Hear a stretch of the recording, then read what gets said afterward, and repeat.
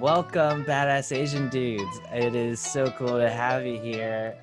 Today we have on a super badass dude, Jason Wang. So before we get into that, I have on my other three co-hosts as well, part of the Badass Asian Dudes, like admins and moderators. Seibo, do you want to introduce yourself? Hey, what's up, everybody? It's Seibo Shen with Bernard Lab. Happy to be here. I read up a lot on Jason Wang before we did this podcast, so super excited to have you here. Thank you for joining us all the way from Japan. And Mike. Hey, I'm Michael Wu. One of the moderators also here on BAD. I'm actually also in Japan hanging out with Jason. We went diving yesterday and just chilling out here in the morning, but just super excited to be here and hear more of your story and how your mindset. And Nick. Guys, this is Nick Hong, calling from New York City. I'm also one of the moderators of Badass Asian Dudes. Jason, I think I heard about your story back in like 2014, how you had already sold everything off and you're going about your adventures. So I'm really excited to actually meet you in person or over Zoom. So really excited to be here. Yeah. Awesome. Great to be here. Yes. And I'm Victor, also part of the Badass Asian Dudes moderators, and also an emotional intelligence coach and cannabis wellness coach. So really love tapping into, personal development and kind of the emotional well-being of being a badass Asian dude, especially in entrepreneurship and creativity and whatnot. So we'll get into all of that soon. But Jason, super cool to have you here. Maybe for those who are not familiar with you, introduce yourself and just a quick intro in what you do. Sure, yeah. My name is Jason. So for the past 4 years, I was traveling around the world, actually trying to visit every country on the planet. And that kind of came to a halt in March, and I ended up in Japan. But previously to that, I was a food tech entrepreneur, started a couple of companies with some friends from college, and actually been traveling for food for the past decade or so. Just love to eat, love restaurants, and actually own a few restaurant groups right now, and along with the travel. So excited to be on this podcast. Thanks for having me. Yes. Yeah, we're all excited to have you here too. I'm just fascinated by your story and the fact that what I read about was that you started in high school in entrepreneurship, in creating websites, like an anime website, and started making money off that. I guess I'm really curious, tell us about what sort of drove your sort of entrepreneurial nature. It seemed like that's really part of your core there. What kind of drew that, or what was a big contributing factor for you to do that? Hey, and just real quick, Jason, before you respond, is we've done a series of these interviews, and the first question that we actually ask everyone before we dive into that is, what does being a badass Asian dude mean to you? We love to have that defined by our guests so that they have some context of how this person views who a badass Asian dude is. So if you could answer Victor's question right after you define in your mind what a badass Asian dude is, I think it'll really set the context for this conversation. Yeah, being a badass Asian dude, at least to me, is being able to, break out of the stereotypes and go past the bamboo ceiling that a lot of us, perceive is out there. And there's no limit. As an Asian dude, you can achieve anything. That's what it means to me. Yeah, so going back to the question of, in high school, actually even before that, I just love, computers. I think my dad was always a programmer as I was growing up. And he bought the first computer when I was in second grade. And I just started playing games on it, dabbling around, and also loved watching anime. And I kind of saw this as an opportunity when the web was just coming around, the first version of it, as an opportunity to kind of start making websites and, have an opportunity to kind of build something when I was really young and just tinkering around. So it was all for fun in the beginning. I love this anime called Card Captor Sakura back in Japan. And I heard that it was coming to the US. And I saw that as an opportunity to kind of jump on the ship and kind of make the first American version of the card captors. I actually bought the domain cardcaptors.com. And I think at one point I built the website, got a lot of content for it.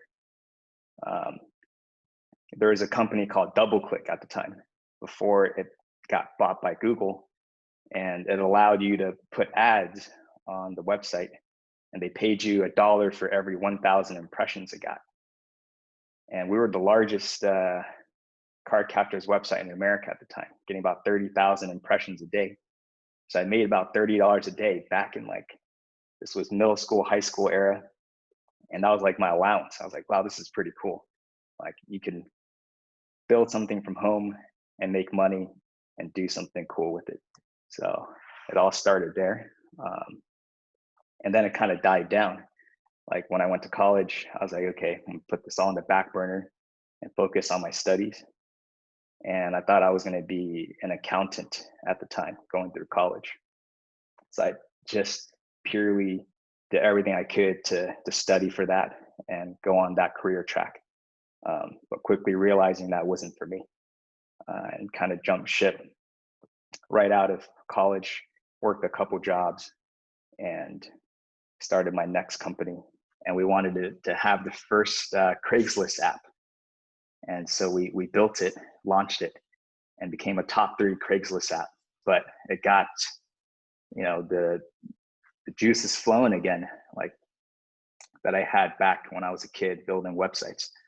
And the rest of my entrepreneurship journey started from there. Yeah.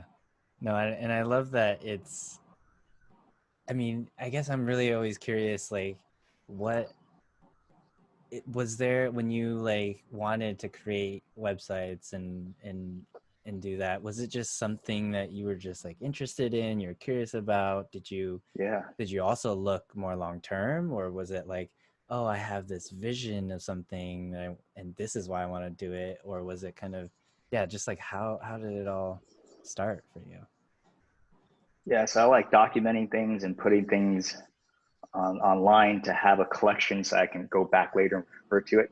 So the first website, the anime website, was literally a collection of all the episodes that aired and a recap of it. And that was it. Because some people may have missed an episode. There was no way to really record shows at the time, right? Unless you popped in a VCR and hit the record button. And people wanted to have a way to kind of go back and read about what happened in an episode. And that was it. That was just for fun. Like it was just cool tinkering around. There was really no business, let's make money mentality at the time. I just had fun doing it. And your fun had got you here. So I'm also wondering now if you had any resistance or obstacles, either from other people, from parents, from society, from culture, or even internally from yourself when doing any of this, going and just doing what you do or like to do for fun. I feel like is very rare for Asians. for anybody who has the tiger mom or helicopter dads who try to contain them. I don't know what your upbringing was, but what type of resistance or obstacles did you face? Yeah, it's similar to that story. Nowadays, entrepreneurship is great. It's getting more accepted. But back in the day, anytime you try to do something outside of your normal studies or extracurricular activities that you can add to your college resume, it just it would be seen as a waste of time. But for me, it was either dad or playing video games, but I wanted to do something that was productive, and I had a lot of fun with, and that was making websites and getting content together and sharing it with the world. I love doing that. That's kind of what I spent my time on. But constant pushback, like you mentioned. But I think it was me pushing back and saying, hey, look, like this is actually getting somewhere. I'm actually can make some money and could become like a nice side business, and you don't have to give me allowance money anymore because I'm making my own. So all of that kind of added up and helped, growing up. As long as you can show them you're making money, then Yeah. it should be okay. Yeah, that reminds me of the stories of people that I've seen in the cannabis industry, like especially if they have Asian parents, their parents were very much like, yeah, you shouldn't be in this industry. And once they're able to say, hey, I'm making some money, they're like, okay. Look, and my parents included, but luckily they are now all cannabis consumers as well. That's awesome. Yeah. So, I think the thing that you're most known for is Caviar. How did you kind of migrate over to, what you were doing over to the Caviar idea? And adding on to that, obviously, like doing building websites and things starts out so fun, but then eventually you're like, I need to do this for my survival, right? And then also leaving a full-time job is also hard to leave that stability. Did that initial mindset change too when you're going into full-time into Caviar? Yeah, so before that, going through college again, I was completely foregone the entrepreneurship scene, and I was like, I'm going to focus on my studies. I'm ready to become an accountant. So I studied business, got into the business school undergrad at Cal, and everything was just like really planned out. I was planning out my next 10, 15 years of my life, just going up the career ladder. And this was also during the last financial crisis, 2008, 2009. So every opportunity I got, I just really appreciated, because I know a lot of jobs were not around, and getting a job offer, into banking right out of college was really, I really appreciated it. So I didn't want to mess anything up. But I remember the first month I got sent to training. This was at Bank of America Merrill Lynch. This was literally when Merrill Lynch announced they were going under. So B of A acquired them. No one knew what was going on. And this was the San Francisco office in their tech corporate debt division. I think at the time, typically they hire 4 analysts every year, but that literally got cut down to 1. So I was really appreciative that I got the offer. And then I remember the first month, they sent you the training right in their headquarters in Charlotte. And I remember just in the first month, I was like, wow, this is not for me. I got to get out of here. But I stuck around for 9 months. I was like, okay, I'm going to do this. I'm going to focus and do this, but just couldn't. Every day I was just distracted. I wanted to get out of there and do something else. I wanted to be in tech, go back to what I love doing. So 9 months later, I was able to kind of switch into Google. I ended up getting just an entry-level job there, just to be able to break back into the tech world. And I remember at Google, I was part of the team, the Google checkout team, which later became the wallet. And I was in their frauds department. And, being a non-engineer in a engineering tech company, typically and especially in a big company, there just wasn't much work to be done. So I took the shuttle bus every day from the East Bay down to Mountain View for work. And there was only so much work that I finished all of the work on the shuttle ride there. So when I got there, I just had so much free time.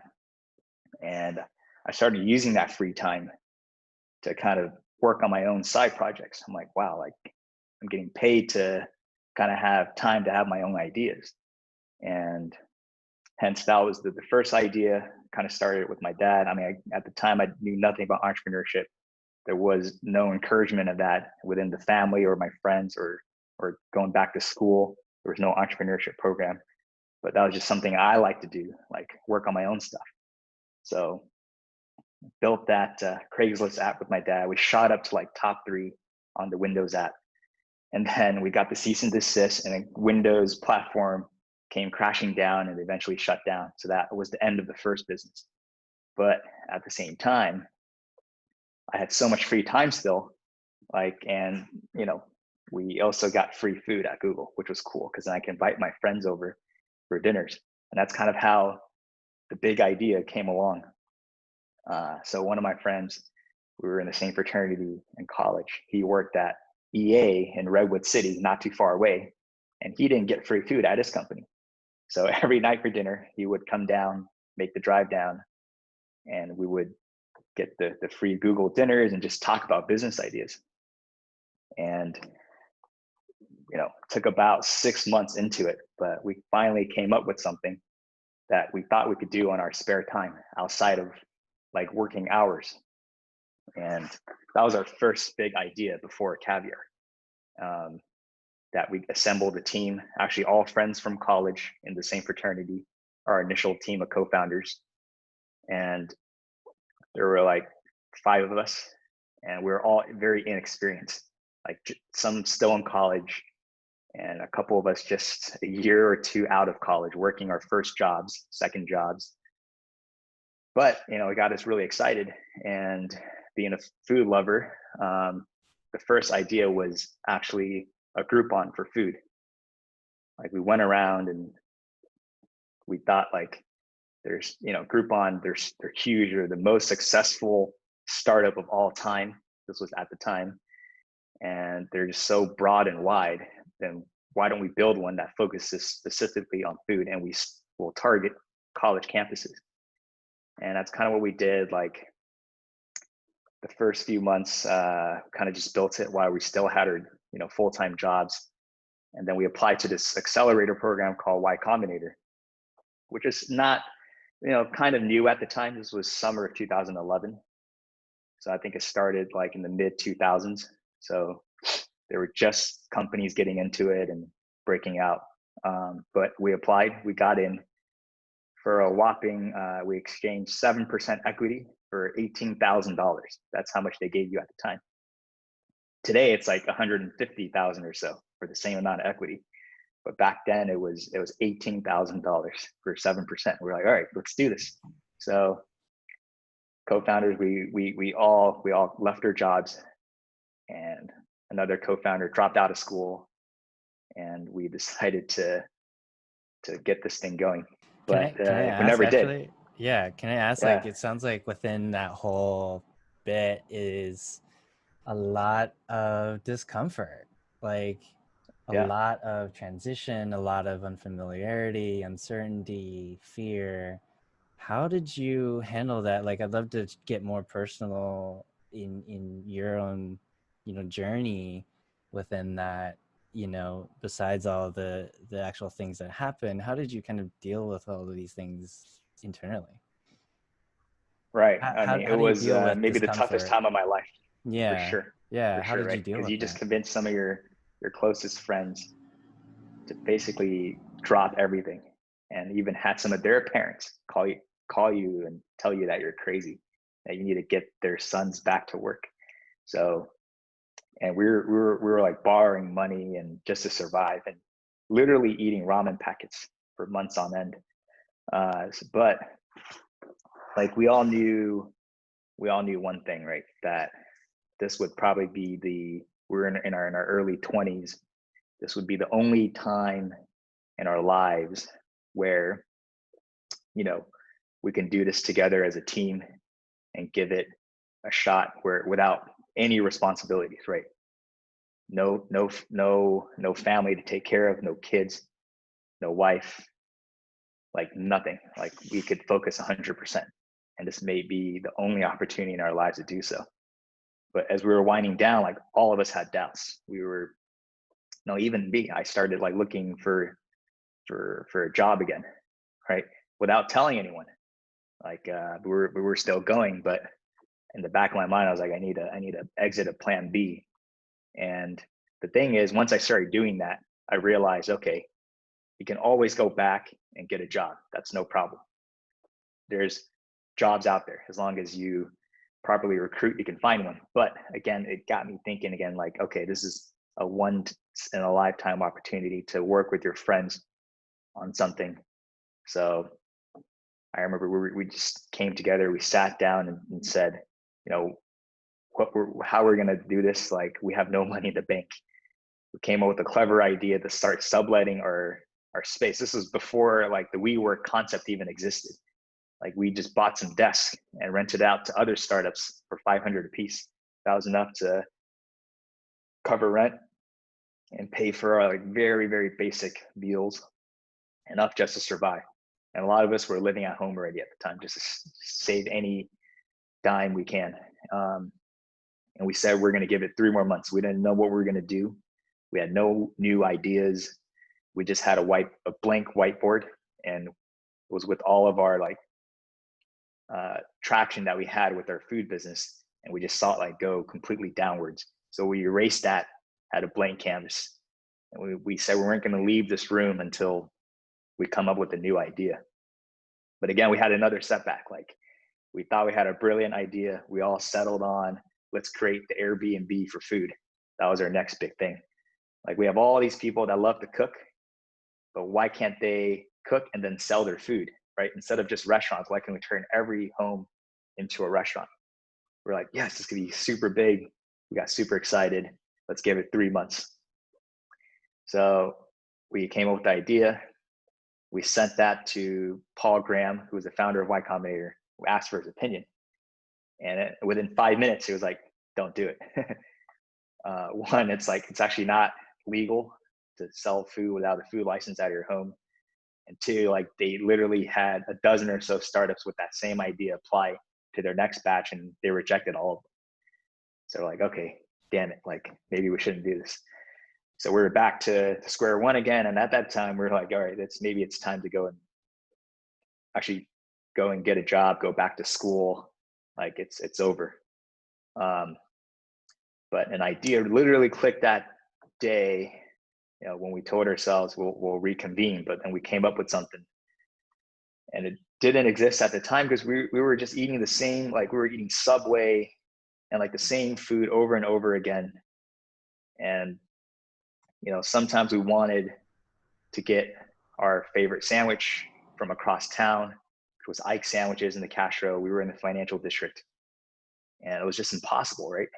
To get our favorite foods. We realized, man, we're just been eating $4.99 foot-long Subways every single day because one, we can't walk more than 3 blocks. It takes up too much time, and time is valuable. And no restaurants deliver their food to you. Like, why is that? We heard about like Grubhub and Seamless, Eat24, like the only 3 delivery companies that existed back in 2012. And we're like, all right, let's try out food delivery. You know, let's see what we can order for ourselves. And we saw the same restaurants, the same Chinese restaurants, Indian restaurants, Thai food, and pizza places. Basically, the spots nobody wanted to eat at, but had no choice because they're the only places that delivered. You know, like, what's going on? How come this was unknown to us that no restaurants delivered? Like, we were pretty mind blown. So actually, I hate to interrupt, but I love the story. I love that, you know, how Caviar started. I know that a lot of that information you've, you know, talked a lot about in other interviews and whatnot too. I'm really curious, like, what, you know, where, I guess what, you know, what was the scariest part within your journey, or how do you really like manage that? Because I'm not sure exactly if I really heard. It sounds like there's a lot of like very hacky things that you end up doing. I just love that you at one point I heard that you like sold blood. You like went to go like, you know, take research studies, you know, paid research studies. So there's a lot of that very hacky, you know, mentality for you. But more on the emotional level, like, you know, how do you personally deal with this uncertainty? Because I know that a lot of listeners here, right? Yeah. Just for context, is like we all want to be badass Asian dudes, and I think sometimes we, you know, in especially in, you know, I think it's like combination of the hustle, of course, and like achieving all these things, hitting goals, doing all these things.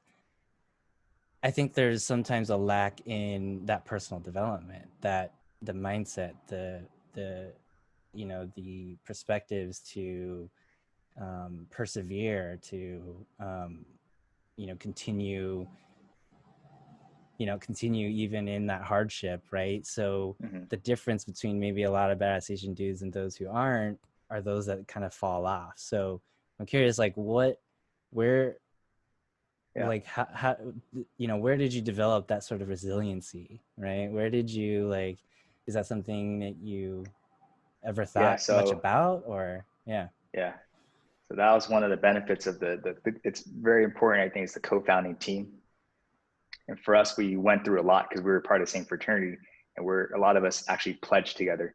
So we went through a lot of the hardships, both mentally and physically, together over the years. So we were just doing it again together, but in a startup format. So that really helped. And there's this one quote that basically was our guiding light the entire time, even when times got tough. And that was like, the only way you can fail a startup is by quitting. So if you never quit, you never fail. So for us, like, you know how there's a lot of talk that, oh, you can learn from failure, blah, blah, blah, right? But for us, we had the exact opposite mentality. Like, we told ourselves, we don't want to fail, we cannot fail, and we have to succeed. So we're on the exact, so we put a lot of pressure on ourselves, and basically we had to get the whole buy-in of the founding team. Like, okay, let's do this together. And with that togetherness, it really helped us overcome individual doubts, right? So when you see that, okay, this person's in it, the person to my left and right are both in it, like, we're going to do this together, it just helps with your mentality a lot. Whereas if you're just at it by yourself all the time, for sure, you're going to get self-doubt. But as a team, the collectiveness is what got us through it. Yeah. And, you know, like within your team, you know, like, I guess, you know, you were at one point looking for a job, you know, not even letting them know, right? So, you know, like how much of like the doubts did you guys expose to each other when you guys were, you know, kind of cohesively coming together? None. Yeah, we didn't find out about all of this until after. But like during that time, like, we did not share any doubt with each other because we didn't want to discourage anyone, right? And especially as like a leader, if you show weakness, like, that's going to be really bad for the people that look to you for guidance. So that's also a very tough part of like building something where you have other people and you're the leader. Like, it all has to do with managing your psychology. It's just really bad to show that type of weakness when times are really tough. So you got to have the resolve. It has a lot to do with like mental stability and strength. I mean, that's actually, you know, pretty interesting. I'd love to hear, Seibo, your comment, but I just comment on that. Like, you know, you hear a lot about how we do want to be more open, vulnerable, develop that connection, right? But I also do agree on the other end of the spectrum that there is a balance to that, where maybe you can't show too much vulnerability, where it can become discouraging. So I don't know if that ever got in the way of developing like depth in your relationships, or like kind of more cohesion and, you know, not letting things be swept under the rug at all. Do you ever run into that? Yeah, for sure. I think it depends on who you communicate that with. Like for our struggles, like we can talk to other founders, right? Because you don't want to be, you know, in a very pivotal time, at least in our mindset, discouraging each other and having that vulnerability when, you know, we have all emotion cast aside and just focus on turning ourselves around. But of course, we had other founders that we talked to, which helped a lot, because of course that doesn't impact the team, and it can only help by, you know, seeing that maybe other people are in the same position as you, because every founder goes through the same struggle. Like, there is no 0 to 100 like super smooth. It's a roller coaster the entire way. So only other founders can know what you're going through. So having that network of founders, very, very helpful. Did you have a lot of friends and family otherwise? Like, were they asking to stop the journey when you had to like basically shut them out and pay attention more to other founders? What was that? Sorry, you cut out a little bit in the beginning. Oh, sorry. I was just wondering about friends and family. What were they saying to you when you were going through those hard times, right? Did you basically like hear a lot that your parents telling you to like quit and go back to something normal, or were they supportive of that? How did that jive with the whole things that you were hearing from other founders about keep going on, not quitting? Yeah, I mean, it got to the point where, my co-founder's parents were telling me that, oh, this is crazy, and right, go back to work. So when you hear from other parents, including your own parents, like it is tough and it puts more pressure. But also it wakes up this instinct of wanting to prove everyone wrong. And that's the type of people we are. Like when you hear that, it just actually drives more fuel to want to do better and shut out all the doubters, right? I got an interesting question I wanted to ask you because I'm a co-founder myself, and like in my work career, we've had 5 successful exits already, and each of these exits, I got to tell you, at least for me, was it just became another thing, and what I wanted to ask you was, like you said something that really kind of like made me like it piqued my curiosity, because it's one thing that really motivated me, which was you said you wanted to prove these other people wrong. And what's interesting is I wanted to prove people wrong so much that I worked at 5 startups, thinking every time I proved these people wrong, it would make me happy. And I'm 43, I'm the oldest guy here. So, like now that I'm in my later years, I really started seeing like, okay, how much of my life has been proving people wrong to show like Asian men aren't weak and docile, that we could be leaders, versus how much of this is actually me, and I was curious, have you ever done that analysis of yourself? Yeah, I mean, for me, I think you just gotta, for me, it was just proving the doubters wrong just once. You only have to prove them wrong once, right? There was a saying where you hustle, you work hard enough for a few years, like that no one else is willing to do. And then you can live the rest of your life any way that where other people, they can't, because you spent those years doing what you said you were going to do and achieving the results. So that's what I had in my mind the whole time. And for me, it isn't going back and constantly proving people wrong. I mean, at some point, you focus on your own happiness and life journey as well. And if that's what keeps you happy and satisfied, then so be it. But not for me, at least. Yeah. Oh, that's cool. So after being acquired by Square, and I assume you spent some time there before with Golden Handcuffs before leaving, but how has that changed your mindset on how you want to spend your efforts? Is there a far-fetched dream that you're trying to accomplish now?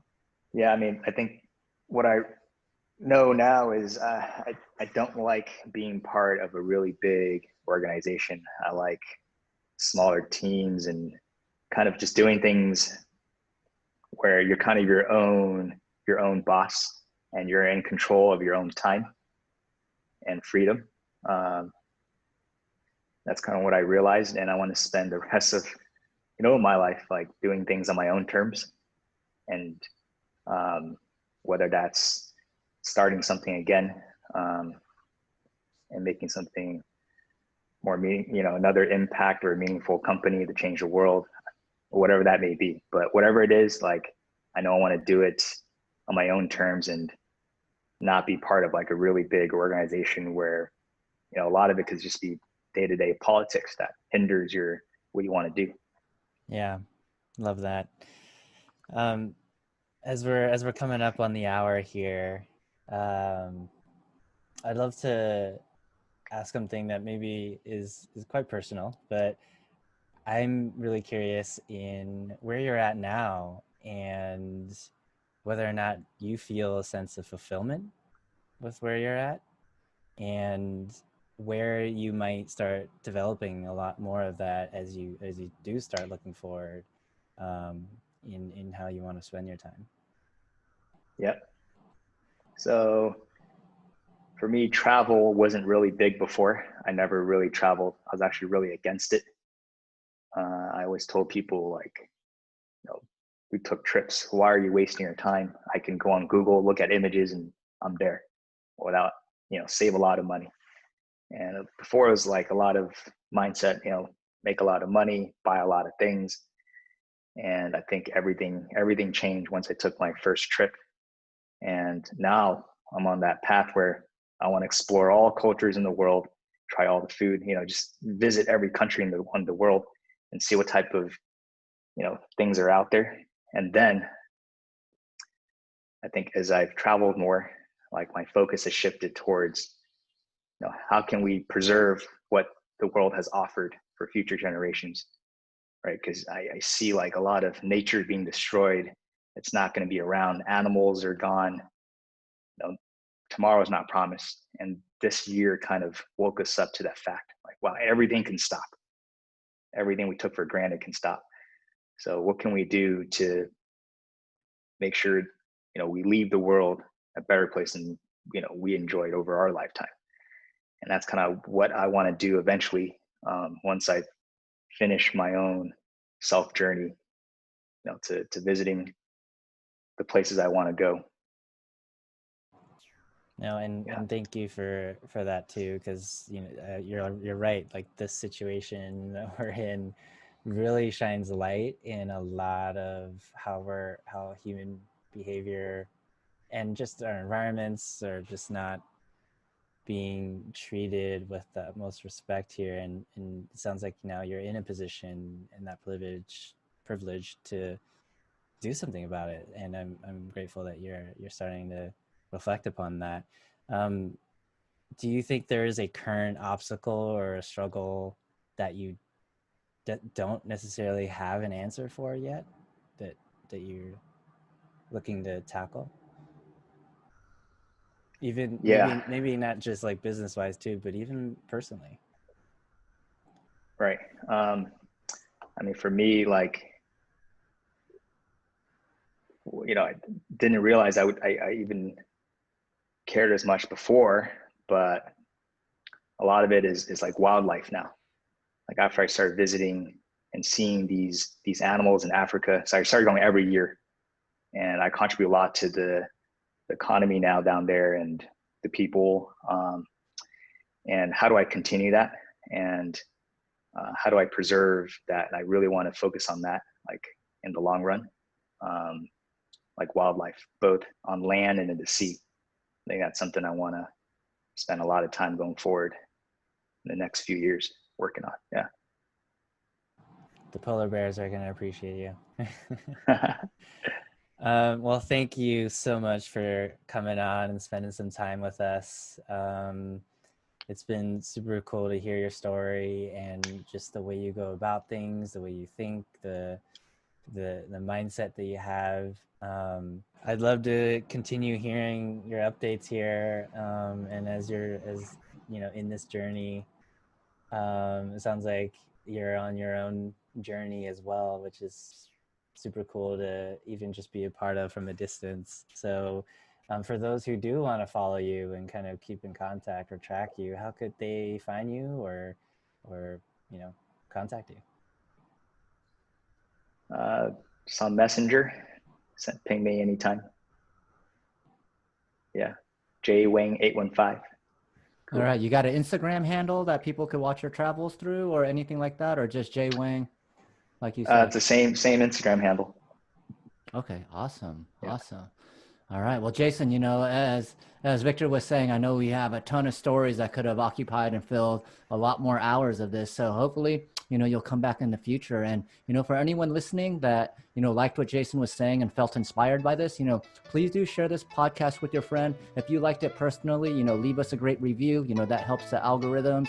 And yeah, you know, thank you very much for joining us on another episode of the Badass Asian Dude podcast. I think we're all in agreement. Jason is the super badass dude. And I'm jealous of both you and Michael and whatever food you're eating out there, because those pictures look friggin' delicious. Thanks for having me. Yes, yeah. And last thing, join the Badass Asian Dudes on Facebook if you haven't already. Just Badass Asian Dudes, search there. You can find Jason and all of us there as well. Awesome. See you, Jason. See ya. Thanks, Jason.